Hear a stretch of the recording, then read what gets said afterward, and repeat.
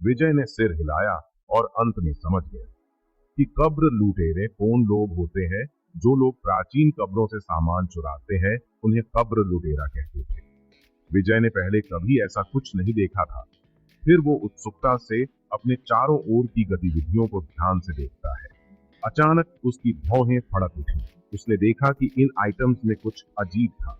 उनके चारों ओर ऊर्जा बहुत ज्यादा मात्रा में बह रही थी। जब वो दूर खड़ा था तो उसे ऊर्जा के प्रवाह का एहसास नहीं हुआ, लेकिन जब वो पास गया तो वो इसे महसूस कर सकता था। जब उसने उन आइटम्स पर हाथ रखा तो ऊर्जा और भी बेहतर महसूस हो रही थी। शायद ये सभी आइटम्स सदियों पुराने हैं, जिस वजह से इन सभी आइटम्स में ऊर्जा जमा हो गई होगी। लेकिन मुझे लगता है इन आइटम्स में जिसमें अधिक मात्रा में ऊर्जा है वो सबसे ज्यादा पुराना होगा। विजय ने इसके बारे में सोचते हुए समझा।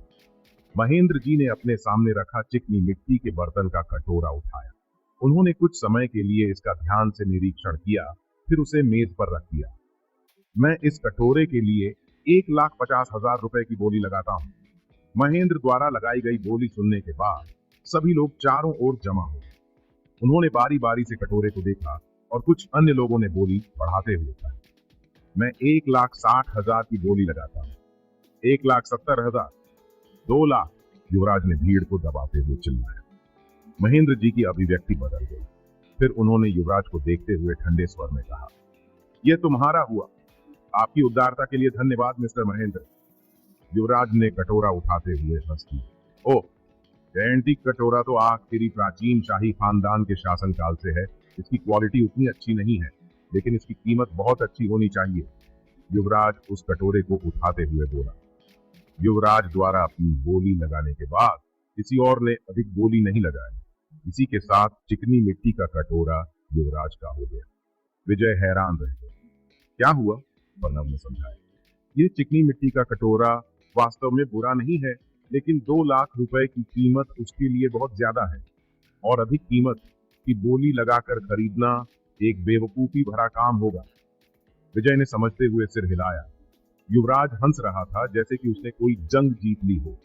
उसने महेंद्र को घमंड से देखा और फिर मुड़कर चल दिया और एक पास ही की टेबल पर जाकर रुक गया। उसके सामने टेबल पर 12 जेड मूर्तियां थी। एक जेड खरगोश, जेड बाघ, जेड घोड़ा और जेड से तराशे गए अन्य जानवर थे, जिन्हें प्राचीन गुप्त कलाओं द्वारा तराशा गया था। सभी मूर्तियां जटिल थी और ऐसा महसूस हो रहा था जैसे सभी जानवर जिंदा हो। कुछ मूर्तियों पर अभी भी कुछ गंदगी थी। वो शायद कुछ समय पहले ही खोजे गए थे। उन मूर्तियों को देखकर युवराज की आंखें चमकने लगी। उसने मूर्तियों का ध्यान से निरीक्षण किया, फिर चिल्लाते हुए कहा, मैं पूरे सेट के लिए 8 लाख रुपए की बोली लगाता हूँ। अन्य सभी लोग उसे देखने के लिए उसके चारों ओर जमा हो गए कि उसने किस चीज के लिए इतनी महंगी बोली लगाई थी। यह मूर्तियां तो वाकई अच्छी है। शायद इन्हें शुद्ध जेड एलिमेंट द्वारा बनाया गया है। महेंद्र भी उन लोगों की भीड़ के बीच में खड़ा था। उसने देखा कि सभी लोग उन मूर्तियों की तारीफ कर रहे हैं, तो वो भी बोली लगाने लगा। कीमत जल्द ही 10 लाख को पार कर गई। विजय अवाक रह गए। उसकी कुल बचत 7 लाख। वो जेड मूर्तियों के इस सेट पर बोली लगाने का जोखिम भी नहीं उठा सकता था। मैं अभी भी बहुत गरीब हूं, विजय ने ठंडे स्वर में खुद से ही कहा। उसने और प्रणव ने मूर्तियों की नक्काशी को बारीकी से देखने के लिए आगे कदम बढ़ाए। विजय ने जल्द ही देखा कि कुछ तो अजीब था। सबने कहा कि ये मूर्तियां प्राचीन काल के शाही राजवंश से थी, जिन्हें शुद्ध जेड एलिमेंट द्वारा बनाया गया था। लेकिन उन मूर्तियों पर ऊर्जा की एक बहुत कमजोर धारा बह रही थी। वास्तव में यह ऊर्जा चिकनी मिट्टी के बर्तन से भी कमजोर थी। यह अजीब बात है। क्या ये नकली है? विजय ने गहराई से सोचा। मूर्तियों की कीमत बढ़ती रही और बढ़ते बढ़ते 15 लाख तक पहुंच चुकी थी। मैं 15,10,000 की बोली लगाता हूं, महेंद्र जी ने बोली लगाते हुए कहा। मैं 15,40,000 की बोली लगाता हूं। युवराज ने भी पीछे न हटते हुए बोली लगाई। महेंद्र जी हिचकिचाने लगे और दांत बींच बोली लगाते हुए चिल्लाए, 15,60,000, 15,80,000। युवराज ने अपनी बोली लगाने से पहले एक बार भी संकोच नहीं किया। विजय ने देखा कि महेंद्र जी एक और बोली लगाने वाले थे। वो आगे बढ़ा और धीमी आवाज में उनसे कहा, बड़े भाई, मुझे लगता है कि इन मूर्तियों में कुछ गड़बड़ है। महेंद्र हैरान रह गया। उसने मुड़कर विजय की ओर उलझन में देखा। क्या विजय ने यह नहीं कहा था कि उसे प्राचीन एंटीक आइटम्स के बारे में कुछ अनुभव नहीं था? इसके अलावा जेड मूर्तियों के इस सेट के साथ कुछ अजीब कैसे हो सकता है? यह शुद्ध जेड से बनी हुई है। इसके अलावा यहाँ मौजूद सभी लोगों द्वारा इन मूर्तियों का अच्छे से निरीक्षण किया गया था, लेकिन फिर भी किसी को कुछ अजीब नहीं लगा। युवराज ने विजय का हंसकर मजाक उड़ाया। भले ही विजय ने यह बात धीमी आवाज में कही, लेकिन उसने सुन ली थी। बच्चे, एक कोने में जाकर चुपचाप बैठ जाओ। तुम जैसे बेवकूफ लड़के को कुछ अजीब कैसे लग सकता है? तुम्हें यहाँ आने से पहले अभी भी कम से कम 20-30 साल का अनुभव चाहिए।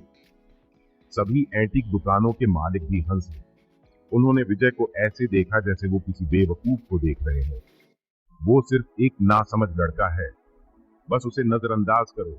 लेकिन महेंद्र जानता था कि विजय कोई बेवकूफ नहीं है और वो कुछ ऐसा देख सकता था जो एक सामान्य आदमी नहीं देख सकता था। अब वो बोली लगाने में भी संकोच करने लगा, इसलिए उसने अपनी आखिरी 16 लाख की बोली लगाकर पीछे हटना सही समझा। जेड मूर्तियों का सेट अंततः युवराज द्वारा 16,20,000 की सबसे ज्यादा बोली लगाकर जीत लिया। तुम अपने होश में नहीं हो महेंद्र, जो एक बच्चे की बातों पर विश्वास कर पीछे हट गए। अब मैं सभी गुडीज अपने साथ लेकर जा रहा हूँ। हाहा, ऐसा लगता है कि तुम्हारी बूढ़ी आंखें खराब हो गई हैं। मुझे लगा कि ये मूर्तियों का सेट मुझे 20 लाख रुपए का पड़ेगा, लेकिन तुम्हारी वजह से मुझे 4-5 लाख रुपए का फायदा हो गया। युवराज ने महेंद्र का मजाक उड़ाते हुए कहा। महेंद्र जी हड़बड़ाते हुए विजय को एक साइड ले गए। विजय, तुम्हें क्या अजीब लगा जो तुमने बोली लगाने से मना कर दिया? बड़े भाई, मुझे लगता है कि जेड मूर्तियों का सेट नकली है। मैं मानता हूं कि मैंने पहले कभी एंटीक आइटम्स का मूल्यांकन नहीं किया है, लेकिन मेरी नजरें कभी धोखा नहीं खा सकती। विजय ने ऊर्जा महसूस करने के बारे में ना बताते हुए जवाब दिया, क्योंकि वो उसको इस बारे में नहीं बता सकता था। महेंद्र जी उसका जवाब सुन अवाक रह गए, क्योंकि यह सुनकर कोई भी व्यक्ति जोर से हंसेगा। यदि आप एंटीक आइटम्स का मूल्यांकन नहीं कर सकते, तो फिर आप कैसे कह सकते हैं कि वो नकली है? इट्स ओके, उसने अपना सिर मजबूरी में हिलाया। इसके बाद बहुत सारे एंटीक आइटम्स की बोली लगी, जिनमें से कुछ को तो बहुत महंगी कीमतों पर खरीदे गए, तो कुछ आइटम्स तो मुश्किल से ही किसी का ध्यान खींच पाए। विजय ने एक बार और हॉल का चक्कर लगाया। उसे अचानक कुछ महसूस हुआ और उसकी आंखें हॉल के कोने में खड़ी एक टेराकोटा मूर्ति पर जम गई। विजय ने मूर्ति को उठाया और ध्यान से उसका निरीक्षण किया। तुरंत उसका चेहरा खुशी से चमक उठा। इस मूर्ति में बाकी सभी एंटीक आइटम्स से ज्यादा मात्रा में ऊर्जा बह रही थी। इसका मतलब था कि यह सबसे प्राचीन वस्तु थी। आमतौर पर वस्तु जितनी अधिक प्राचीन होगी, उतनी ही अधिक मूल्यवान होगी। विजय बेहद खुश हो गया, क्योंकि वो जानता था कि उसने जैकपॉट मारा था। मैं इसके लिए 10,000 की बोली लगाता हूँ, उसने अपने बगल में खड़े काले कपड़े पहने आदमी से कहा। एंटीक आइटम्स की दुकान के मालिकों ने सुना कि एक गोली लगाई जा रही है, जिसे देखने के लिए सबने पीछे मुड़कर देखा, लेकिन विजय को गोली लगाता देख सबने निराशा में अपना सिर हिलाया। उस मूर्ति के लिए किसी ने बोली नहीं लगाई। युवराज ठाकुर ने हंसकर उसका मजाक उड़ाते हुए कहा, यह लड़का सच में एक बेवकूफ है, जो एक नकल की गई मूर्ति को खरीद रहा है। महेंद्र जी ने विजय के हाथ में मूर्ति को देख उससे नीची आवाज में कहा, विजय, मुझे नहीं लगता तुम्हें इस पर 10,000 रुपए खर्च करने की जरूरत है, क्योंकि ये एक नकल है। इट्स ओके बड़े भाई, ये बस 10,000 की है, मुझे ज्यादा नुकसान नहीं होगा, विजय ने मुस्कुराते हुए जवाब दिया। जब किसी ने दूसरी बोली नहीं लगाई, विजय ने मूर्ति को 10,000 रुपए में प्राप्त कर लिया। इस बीच कुछ एंटीक दुकानों के मालिक एक लकड़ी की बुद्ध प्रतिमा के चारों ओर भीड़ लगाकर खड़े हुए। बोली 5,000 रुपए से शुरू हुई और जल्द ही 15,000 तक पहुंच गई। विजय भी देखने के लिए वहां गया और जल्द ही उसके चेहरे पर एक उलझन भरी अभिव्यक्ति पैदा हो गई। उसने दुकान मालिकों की बातें सुनी। बुद्ध की प्रतिमा प्राचीन काल के राजवंश समय की थी, जो चिकनी मिट्टी के बर्तन के समान पुरानी थी। इस प्रतिमा को बनाने के लिए सस्ते सामान का इस्तेमाल हुआ था और उस पर की गई नक्काशी भी औसत थी, इसलिए उसकी कीमत ज्यादा नहीं थी। विजय ने थोड़ी देर उस प्रतिमा का निरीक्षण किया। उसने देखा कि इसमें ऊर्जा कुछ अजीब थी। पहली नजर में प्रतिमा के चारों ओर ऊर्जा की धारा पतली थी। एक बार जब उसने इसे छुआ तो उसे प्रतिमा के अंदर छिपी हुई ऊर्जा की एक तेज धारा महसूस हुई। अंदर कुछ तो अद्भुत है। विजय उत्साहित हो गया और बोली, लगाने में शामिल हो गया। धीरे धीरे कीमत बढ़ती गई। ज्यादातर लोग 25,000 की बोली लगाने के बाद पीछे हट गए। अंत में विजय ने लकड़ी की बुद्ध प्रतिमा की नीलामी 30,000 में दी थी। युवराज ने उसे एक नजर देखा और हंसने लगा। महेंद्र, मुझे लगता है तुम्हारा स्टूडेंट दिमाग से लाचार है। उसने पहले एक नकली मूर्ति खरीदने के लिए 10,000 खर्च किए और अब उसने एक बेकार लकड़ी की प्रतिमा खरीदने के लिए और 30,000 खर्च कर दिए। वो तुम्हारी एंटीक एलिगेंस शॉप का नाम डुबा रहा है। महेंद्र ने उसे ठंडे स्वर में जवाब देते हुए कहा, मैंने तुम्हें पहले भी बताया था, इस लड़के को एंटीक आइटम्स के बिजनेस के बारे में कोई जानकारी नहीं है। हो सकता है कि उसे जानकारी ना हो, लेकिन क्या वो तुम्हारा गेस्ट नहीं है जो तुम्हारे नाम को शर्मसार कर रहा है? युवराज ने मजाक उड़ाया। एंटीक दुकानों के मालिकों ने कुछ नहीं कहा, क्योंकि वो सभी जानते थे कि वह दोनों लंबे समय से बिजनेस राइवल्स थे। लेकिन फिर भी कुछ लोग मंद मंद हंस रहे थे। उनकी नजरों में विजय किसी बेवकूफ से कम नहीं था, जिसने एक टेराकोटा की बेकार मूर्ति 30,000 रुपए में खरीदी। 30,000 रुपए उस लकड़ी की बनी प्रतिमा के लिए बहुत ज्यादा थे। उसकी कीमत 10 या 20,000 रुपए से अधिक नहीं थी। हर कोई उसके चेहरे को देख मजबूरी में सिर हिलाने लगा, क्योंकि सभी देख सकते थे कि उस बच्चे के चेहरे पर उन आइटम को खरीदने की कितनी खुशी थी, जैसे उसने कोई बड़ा सौदा कर लिया था। बेचारा, अधिकांश दुकान मालिक ऐसा ही सोच रहे थे। क्या विजय ने सच में नकली सामान खरीदकर अपना नुकसान कर लिया था? विजय के इस दिलचस्प सफर के बारे में जानने के लिए बने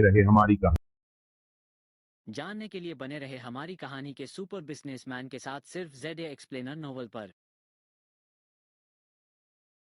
ये स्टोरी पसंद आई तो कमेंट जरूर लिखना और अगले एपिसोड्स के लिए लाइक और सब्सक्राइब कर देना, क्योंकि 65% बंदे ऐसे हैं जो स्टोरी तो सुनते हैं पर सब्सक्राइब नहीं करते।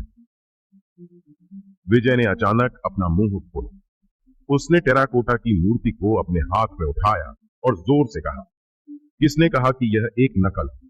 यह एक एंटीक आइटम है। यह शाही राजवंश नहीं, शायद उससे भी ज्यादा पुरानी है। यह सुनकर सभी एंटीक दुकानों के मालिक चुप हो गए। एक पल के लिए वहां सन्नाटा सा छा गया, लेकिन अगले ही पल पूरे नीलामी हॉल में हंसी की आवाज गूंजने लगी। ये लड़का पागल है। क्या तुम्हें लगता है कि तुम हमसे कोई ऐसा आइटम छीन सकते हो जिसे हम लेना चाहते थे? और तुमने कहा कि यह शाही राजवंश या उससे भी कहीं ज्यादा पुराना है। बेवकूफ, वो सिर्फ एक मंदबुद्धि लड़का है जो कुछ नहीं जानता। सभी एंटीक दुकानों के मालिक उसका मजाक उड़ा रहे थे। युवराज ठाकुर भी जोर से हंसा। ओ महेंद्र, तेरा स्टूडेंट कितना बेवकूफ है और वो सोचता है कि यह शाही राजवंश से भी पुराना है। यह स्पष्ट रूप से एक बेकार की नकल है। महेंद्र की भौहें थोड़ी हुई। उसने विजय को संदेह से देखा, लेकिन कुछ नहीं बोला।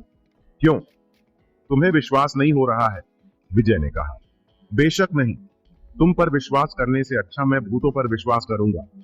युवराज ठाकुर ने उसका मजाक उड़ाते हुए कहा। अगर तुम्हें मुझ पर विश्वास नहीं है तो यह अच्छी बात है। क्या तुम इसके लिए मुझसे शर्त लगा सकते हो? एक शर्त? युवराज को जानने के झटका लिए लगा। बने रहे हमारी कहानी हम के किया सुपर शर्त लगा बिजनेसमैन के रहे हैं, साथ सिर्फ ZA निश्चित रूप एक्सप्लेनर से नोवेल पैसा। पर। क्या तुम में हिम्मत है? जरूर।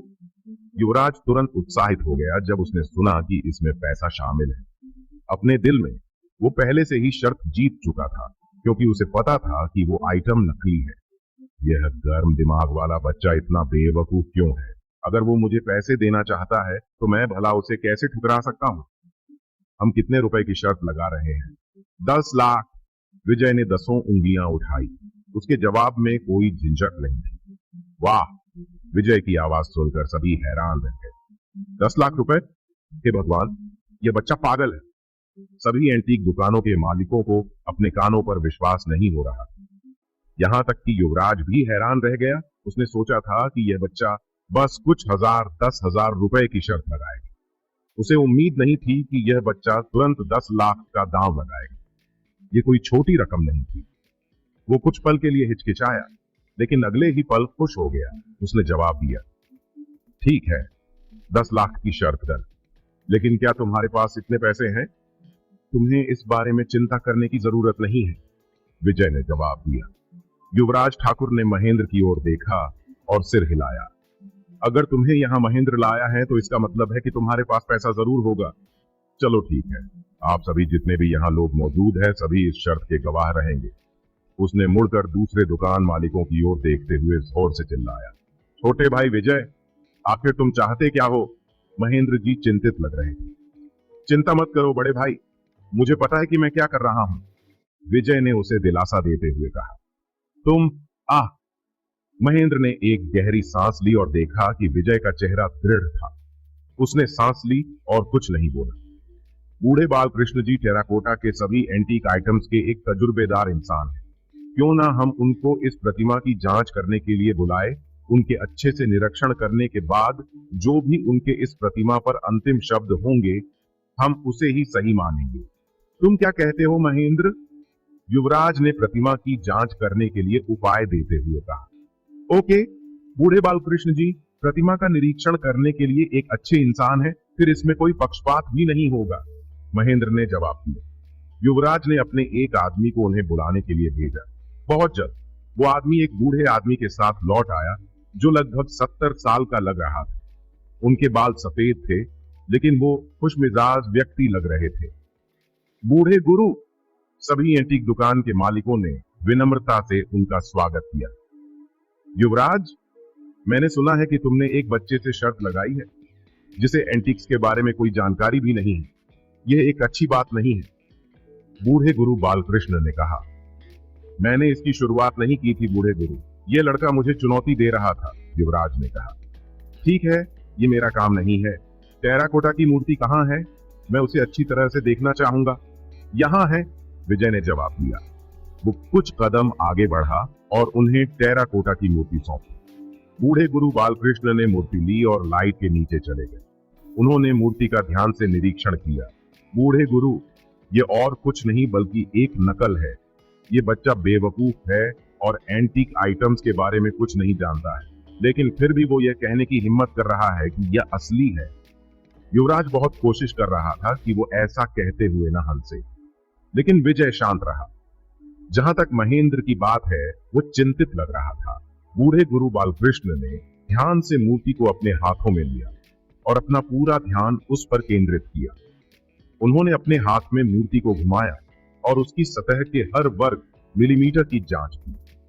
जैसे जैसे वह देख रहा था, उसका चेहरा गंभीर होता जा रहा था।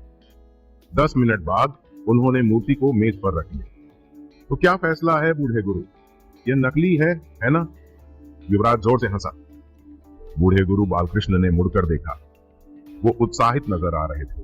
उन्होंने विजय को देखा और फिर युवराज को देखा। कौन कहता है कि यह एक नकल है? युवराज, मुझे डर है कि तुमने एक अच्छा सौदा अपने हाथों से जाने दिया। युवराज ठाकुर के चेहरे पर मुस्कान जम गई। वो मौके पर ही लकवाग्रस्त हो गया।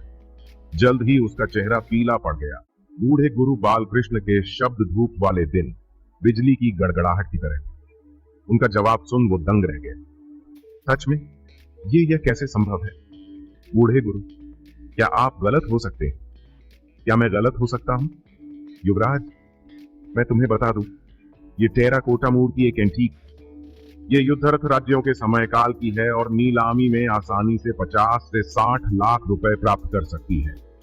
बूढ़े गुरु बालकृष्ण ने अपनी बाहों को हिलाया और गुस्से में कहा, अगर तुम्हें मुझ पर विश्वास नहीं है तो तुम किसी और से इसका निरीक्षण करा सकते हो, फिर भी तुम्हें यही जवाब मिलेगा।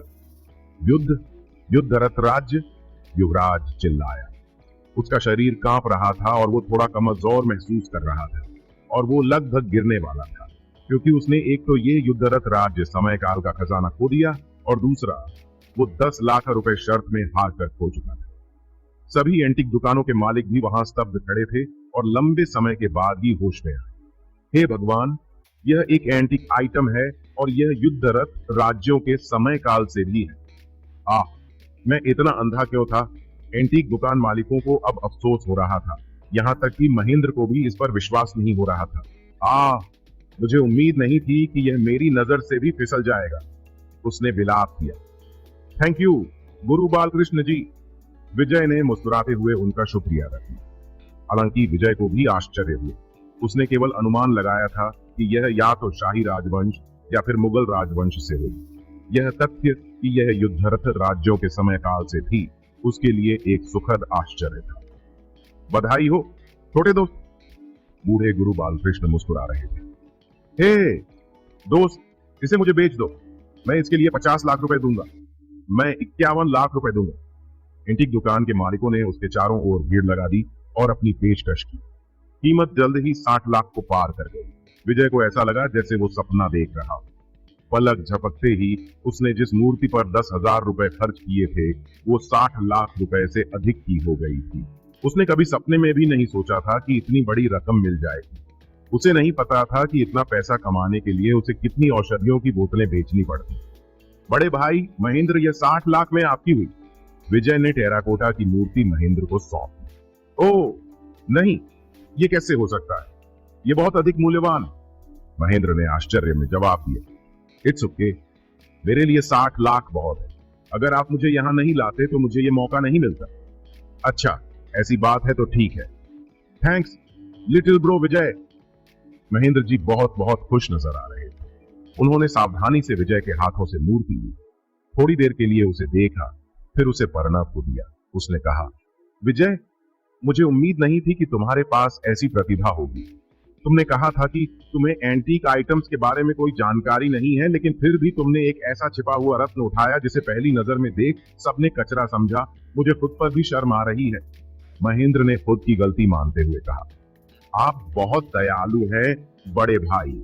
विजय ने मुस्कुराते हुए कहा, लकी घोड़ा, तुम किस बात को लेकर इतने घमंडी हो रहे हो?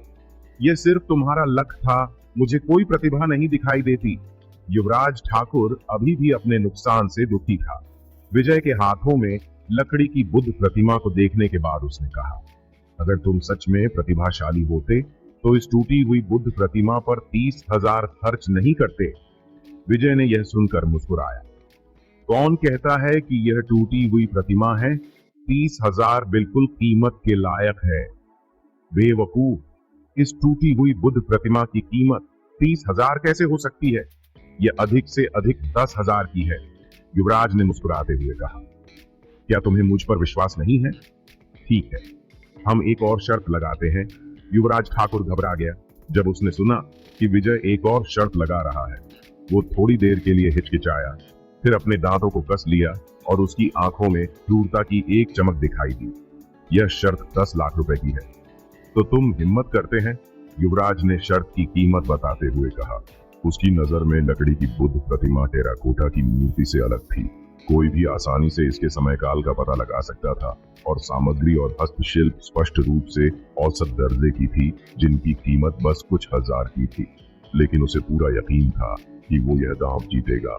अगर यह लड़का मान जाता है तो कम से कम उसके 10 लाख रुपए तो वापस आएंगे। उसके साथ शर्त मत लगाओ विजय, महेंद्र जी ने तुरंत कहा। विजय मुस्कुराया, चिंता मत करो बड़े भाई, मुझे पता है कि मैं क्या कर रहा हूं। फिर उसने मुड़कर युवराज की ओर देखा। ठीक है, तो यह शर्त 10 लाख रुपए की तय रही। महेंद्र जी का चेहरा पीला पड़ गया। अन्य एंटीक दुकान मालिकों ने भी आश्चर्य में चिल्लाकर कहा, यह लड़का या तो बेवकूफ या फिर पागल है। नहीं, मुझे नहीं लगता कि वो पागल है। शायद हो सकता है यह बुद्ध प्रतिमा भी एक एंटीक हो। कई एंटीक दुकान मालिकों ने चारों ओर भीड़ लगा दी और विजय के हाथों में लकड़ी की प्रतिमा का ध्यान से निरीक्षण करने लगे।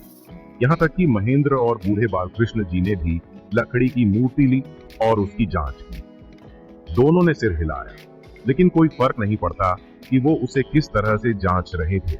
लकड़ी की बुद्ध प्रतिमा एक साधारण, उसे खुले बाजार में कभी भी 30,000 रुपए नहीं मिलेंगे। क्या यह लकड़ी की टूटी बुद्ध प्रतिमा भी टेराकोटा मूर्ति की तरह एंटीक आइटम थी, या फिर विजय ने कर लिया था एक घाटे का सौदा? जानने के लिए पढ़ते रहें हमारी कहानी।